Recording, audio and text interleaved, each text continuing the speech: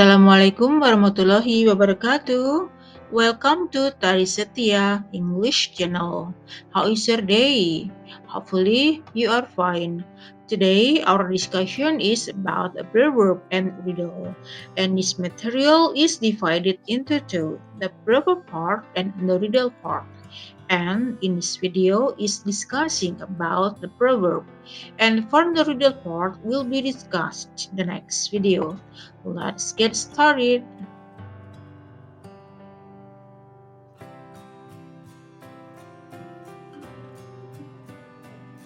So, what is a proverb? In this definition, a proverb is a collection of wise saying and our advice about how to live your life. Dari sini kita bisa mengartikan bahwa proverb itu adalah wise saying atau kata-kata bijak yang memberikan advice atau nasihat. Or proverb are a verse or collection of words having the fixed arrangement, containing definition, and give positive suggestion. Atau proverb itu bisa dijadikan sebagai bentuknya bisa kumpulan kata yang tersusun tertentu, mempunyai arti tertentu, dan memberikan positive suggestion. Dalam bahasa Indonesia, kita mengenalnya dengan peribahasa. Nah, dalam peribahasa itu biasanya berisi kata-kata bijak atau nasihat-nasihat. Nah, inilah yang disebut dengan proverb. And we have to know the language feature of a proverb. Kita juga harus mengetahui language feature-nya, ciri kebahasaan dari sebuah peribahasa itu apa sih? Nah, kita dijelaskan di sini. Proverb usually used figurative language. Biasanya menggunakan figurative language atau bahasa konotasi, bahasa kiasan, bahasa yang tidak sebenarnya. Nah, karena dalam proverb itu menggunakan figurative language, so we have to analyze the literal meaning. Kita harus menganalisis, harus mencari arti sesungguhnya yang disebutkan dalam si proverb tadi. So that is for the language feature. Use the figurative language. And in the proverbs may come in. Nah, dalam sebuah peribahasa itu biasanya ada 3 bentuk. The first one is warning atau bentuknya sebuah peringatan. Ya, maksudnya adalah memberikan peringatan kepada kita semuanya. And the example is don't count your chickens before they are hatched. Nah, ini maksudnya dari peribahasa ini adalah jangan overthinking. Nah, dari proverb ini kita mengartikannya dalam bahasa kita adalah jangan overthinking. Jadi jangan berpikir itu jangan terlalu berlebihan. So that is the first example of warning. And the second one is advice. Yang kedua adalah bentuknya bisa berupa nasihat. Nah, the example is never judge the book by its cover. Nah, ini kan sering kita mendengar ya peribahasa ini dalam bahasa kita juga sering menggunakan dalam kehidupan sehari-hari. Never judge the book by its cover. Nah, maksudnya adalah jangan menilai seseorang itu hanya dari penampilannya saja. Nah, kita belum tahu, belum tentu penampilan bagus itu adalah sesuai dengan karakter dia bagus juga, atau sebaliknya berpenampilan jelek tapi orang itu jelek juga. Nah, kita harus menilai seseorang itu jangan hanya dari penampilannya saja. Okay. And the third one is moral. Kita bisa mengetahui atau contoh atau proverb itu peribahasa itu bisa berbentuk sebagai moral atau moral. The example is look before you leave. Nah, contoh dari moral itu adalah moral itu pesan moral ya. Maksudnya adalah look before you leave itu kalau kita mau bertindak sebaiknya dipertimbangkan dulu berbagai risikonya. Ya, jangan gegabah dalam melakukan atau dalam melaksanakan sesuatu. Jadi harus dipertimbangkan dulu.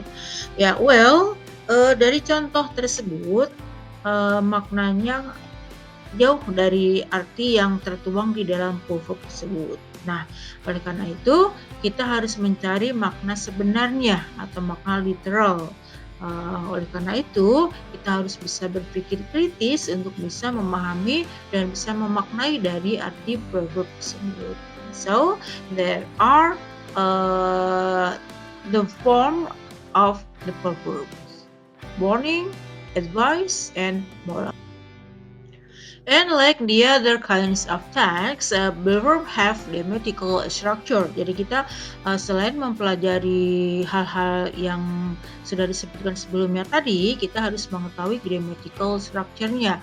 Kita harus tahu dulu struktur grammatical dari sebuah proverb. So there are four, ada 4 grammatical structure-nya. The first one is imperative negative. Imperatif negatif adalah kalimat perintah negatif.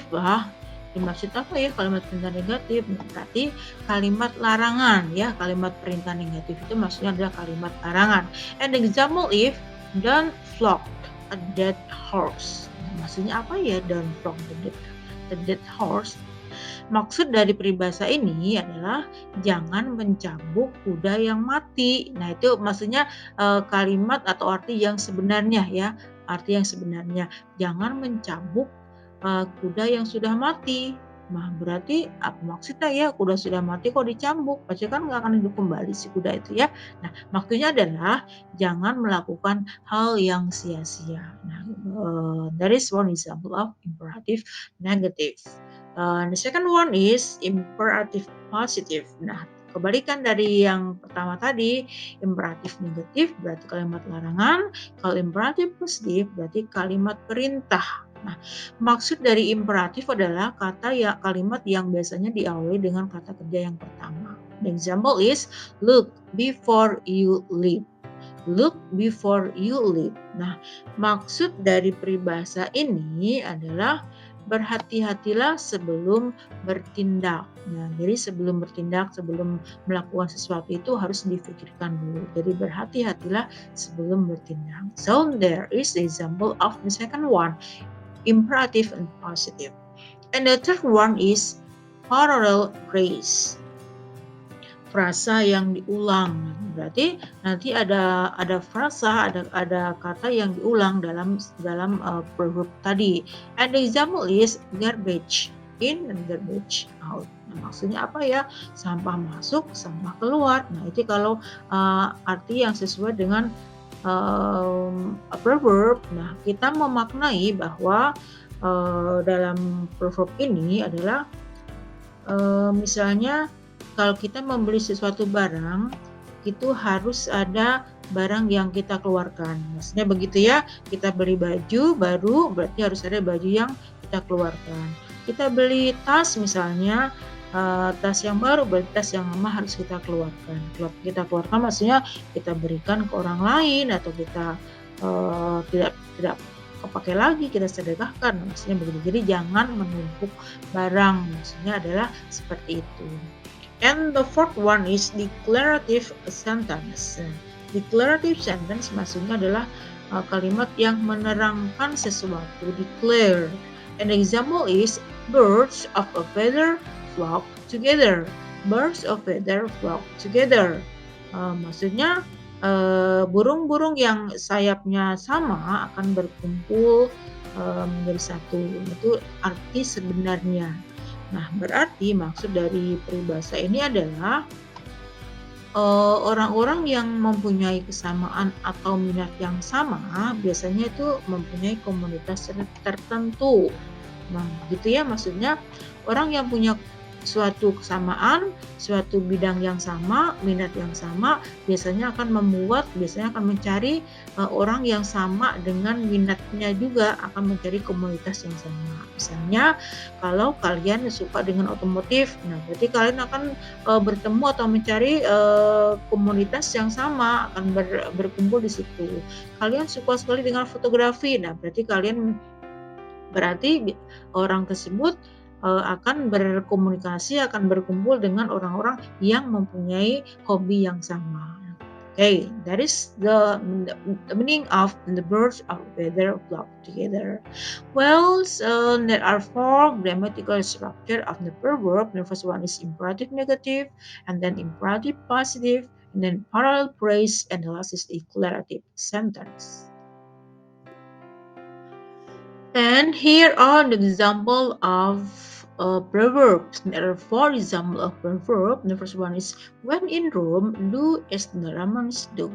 Nah, apa sih maksud dari peribahasa ini? Nah, it means that act the way that people around you are acting. Nah, maksudnya adalah berlakulah seperti orang-orang di sekitar kamu, di sekitar kalian. Atau dalam peribahasa kita mengenal dengan peribahasa di mana bumi dipijak, disitulah langit dijunjung.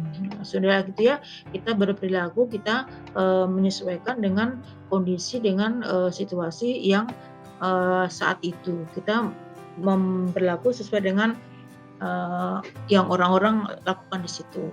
Dan that is the meaning of when in Rome, do as the Romans do. And the second one is a friend in need is a friend indeed. Nah, ini juga sering kita mendengar ya kalimat peribahasa dalam bahasa Inggris ini. Maksudnya adalah teman yang baik adalah teman yang selalu ada di saat kita membutuhkan. Sering sekali siswa-siswa mau membuat peribahasa ini ya dalam kegiatan sehari-hari, dalam kehidupan sehari-hari. And the next one is a penny saved is a penny earned. Nah, maksudnya adalah dalam peribahasa kita mengenalnya dengan hemat pangkal kaya. Nah, berarti nyambung ya peribahasa kita dengan peribahasa dalam bahasa Inggris. And the last example is when there is a will, there is a way. Nah, di mana ada jalan, disitulah di mana ada jalan, disitulah kita melakukan sesuatu. Di mana ada kemauan, disitulah ada jalan. Maksudnya begitu ya. Nah, so that is not very difficult to learn about proverbs. The point is we have to know the literal meaning. Poinnya adalah kita harus berpikir kritis dan mengetahui arti sebenarnya dari sebuah peribahasa tersebut. And they are the other example of proverb. Kita bandingkan ya proverb peribahasa dalam bahasa Inggris and proverb in Indonesia atau dalam bahasa peribahasa kita. The first one is united we stand, divided we fall. Kita mengenalnya dengan bersatu kita teguh, bercerai kita runtuh. Nah, itu sering banget kita mendengar dan kalau kita belajar bahasa Indonesia ya, yang sering mendengarkan peribahasa tersebut.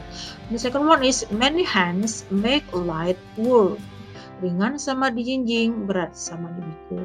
Jadi kalau kita melakukan sesuatu pekerjaan, lebih ringan kita melakukannya secara bersama-sama dibandingkan dengan melakukannya sendiri. And the last example is better late than never. Lebih baik terlambat daripada tidak sama sekali. Nah, itu juga sering banget kita mendengar kalimat proverb ini dalam kehidupan sehari-hari. Well, there are the other example of English proverb. Well, students, that is all my explanation about the proverb. If you have any questions, please write it on column below in the section. Happy learning. See you in the next video. And wassalamualaikum warahmatullahi wabarakatuh.